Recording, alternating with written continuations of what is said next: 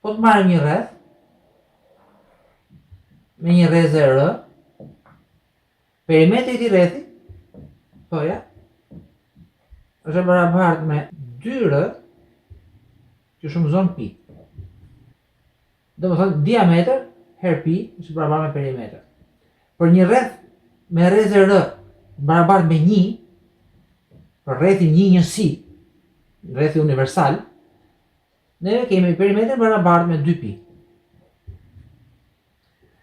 Në këtë rreth njësi, ne mund të marrim dy boshte, horizontal vertikal, dhe ta quajmë rrethi trigonometrik, i cili përdoret shumë në gjeometri.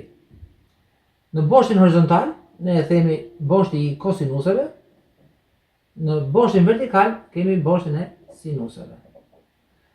Këtu kemi pikën 0, dhe për kënde që nisin nga ky bosht horizontal, nisin me qendrën e rrethit dhe ngrihen në drejtimin antiorar, neve mund marrim këndin, që është barabartë me një vlerë caktuar, alfa, i cili merr vlera nga 0 deri në 360 gradë, kur merr kënde të gjera deri në 360 gradë që kthehet në vendin ku ishte.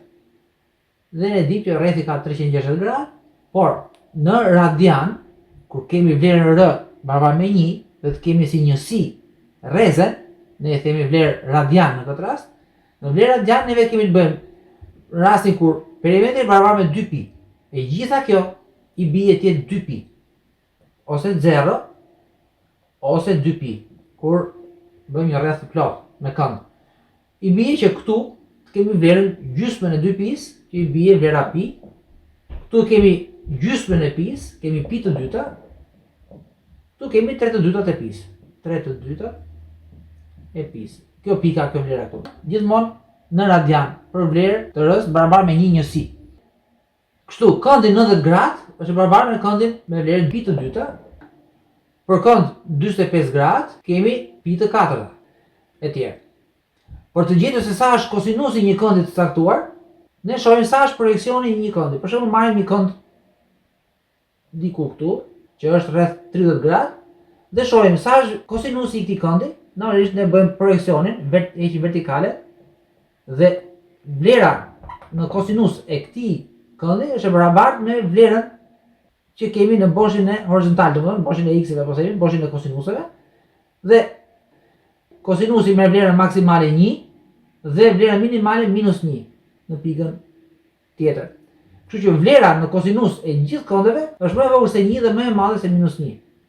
Kështu, kosinusi ka vlerën këtu, ndërsa sinusi është projeksioni i kësaj pike këtu në boshtin e y-ave, në boshtin vertikal.